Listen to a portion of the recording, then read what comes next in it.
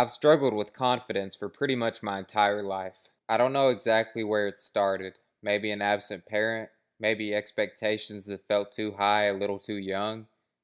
But no matter what I said, what I did, how I looked, who I hung around, it never felt like enough. If you're watching this and you know exactly what that feels like, this one's for you. Growing up, I never really felt like I belonged anywhere. Never felt like I had a place that was actually mine. I had friends and I had people who genuinely cared about me. I'm not saying that wasn't real. What I mean is, none of it actually landed. It didn't matter what people told me or what I logically knew to be true because I didn't believe in myself underneath any of it. I told myself I wasn't confident, and after enough repetition, that became the identity I actually built. Unconfident, timid, shy, not a leader, not good with people, socially anxious, whether or not that was even true to begin with. I said it to myself enough times that it stopped being a lie and just became who I was.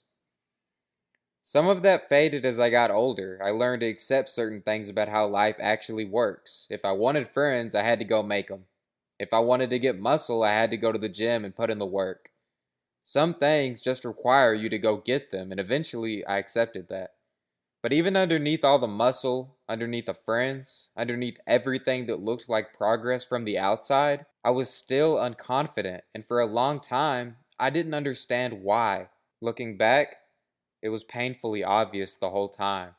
I didn't believe I was confident, and confidence is a choice. There's a specific trap that kept me stuck for years, and I think it catches almost everyone at some point. I'd look at someone who seemed naturally confident, handled a room easily, never seemed to second guess themselves, and assume they just had something I didn't. Some trait I missed out on, something they were born with, and I was not. What I didn't understand back then is that you're always comparing your actual inside to somebody else's performed outside.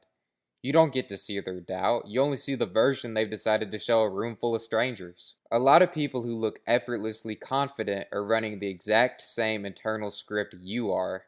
They've just made a different choice about what to let show. That's not a trait, it's just a decision repeated enough times that it looks natural from the outside. You can choose to be confident, right now, today, and if you haven't been, it's probably because nobody's ever looked you in the eyes and told you that directly.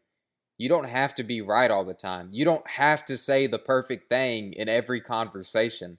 You don't have to make the correct decision every single time. If you stay true to what you actually think and believe, that's what confidence is built on, not perfection. Some of it is built through action, doing what you say you're going to do until you learn to actually trust yourself. But confidence was never something you get from other people. It's not something you earn from a result. It's not even something you get from watching a video like this one, although I hope it helps. It has to come from inside you. It's not something you can go acquire externally, no matter how hard you look for it out there. I'm repeating that because it's the whole point. If you don't personally believe you're confident, if you don't act like it, embody it, you won't be. You can't be. How could you possibly be confident about something you don't even believe is true about yourself? And to be clear about what I'm not saying, this isn't about becoming arrogant or pretending you're always right. Arrogance is actually the opposite of what I'm describing. Arrogance is usually overcompensation, a loud performance covering for the exact same insecurity underneath. Real confidence doesn't need anyone else to agree with it to still be true. It's quiet. It doesn't need the room's approval to hold steady. It got bad enough at one point that I was having actual dreams about saying the wrong thing in social situations, getting laughed at, that kind of thing. And here's the truth underneath all of it. People are always going to find something to make fun of. Always. It doesn't matter what you do right. It doesn't matter if you handle everything perfectly. None of that changes the one hard fact underneath all of it.